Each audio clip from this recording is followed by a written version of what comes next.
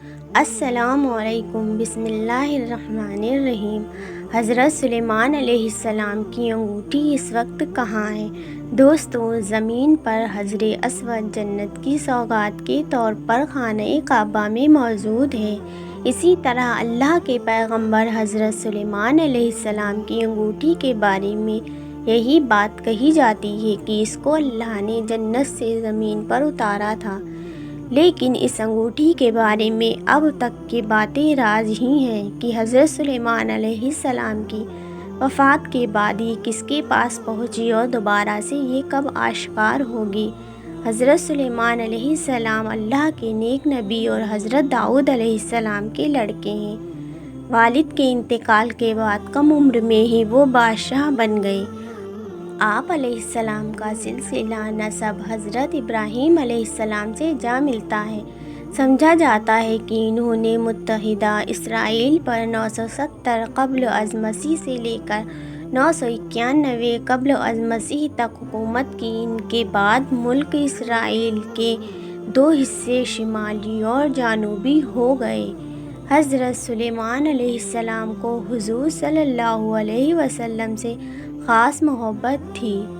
آپ علیہ السلام نے جو بشارت اپنی قوم کو دی، اس کے مطابق حضرت سلیمان علیہ السلام نے فرمایا کہ آپ صلی اللہ علیہ وسلم میرے محبوب و میری جان ہیں۔ حضرت سلیمان علیہ السلام نے کعبہ میں نماز ظہر ادا فرمائی۔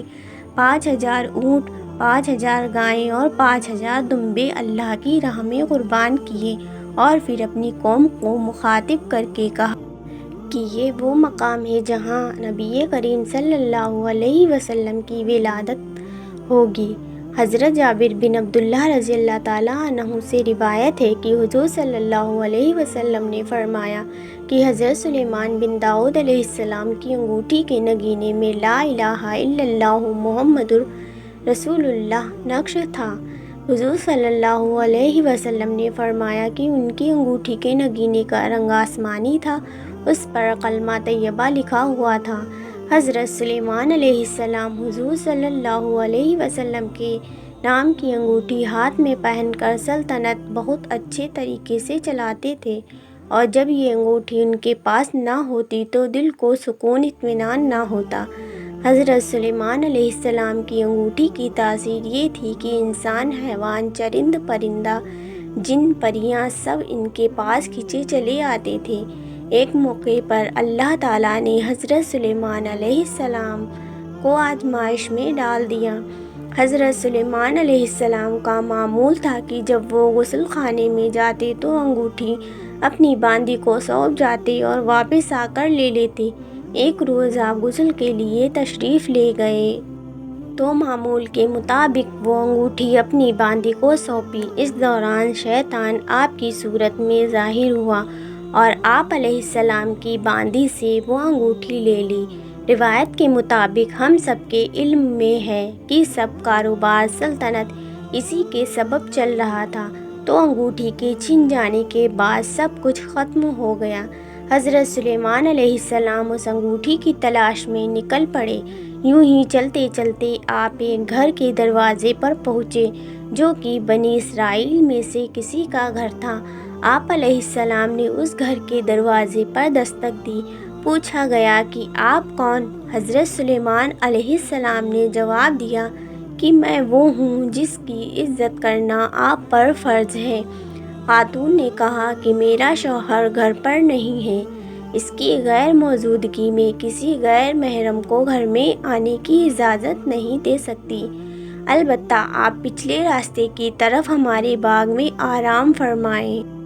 جب تک میرا شوہر گھر نہیں آ جاتا، آپ علیہ السلام اس عورت کے بتائے ہوئے باغ میں تشریف لے گئے اور آپ کی آنکھ لگ گئی۔ کہیں سے ایک سانپ نکل کر آپ کا پہرا دینے لگا۔ اس عورت کا شوہر آیا تو سانپ کو دیکھ کر حیران رہ گیا۔ اس نے بیوی سے پوچھا کہ یہ شخص کون ہے؟ بیوی نے سارا قصہ کہہ ڈالا۔ وہ شخص حضرت سلیمان علیہ السلام کی خدمت میں حاضر ہوا اور اپنی بیٹی سے شادی کی پیشکش کی۔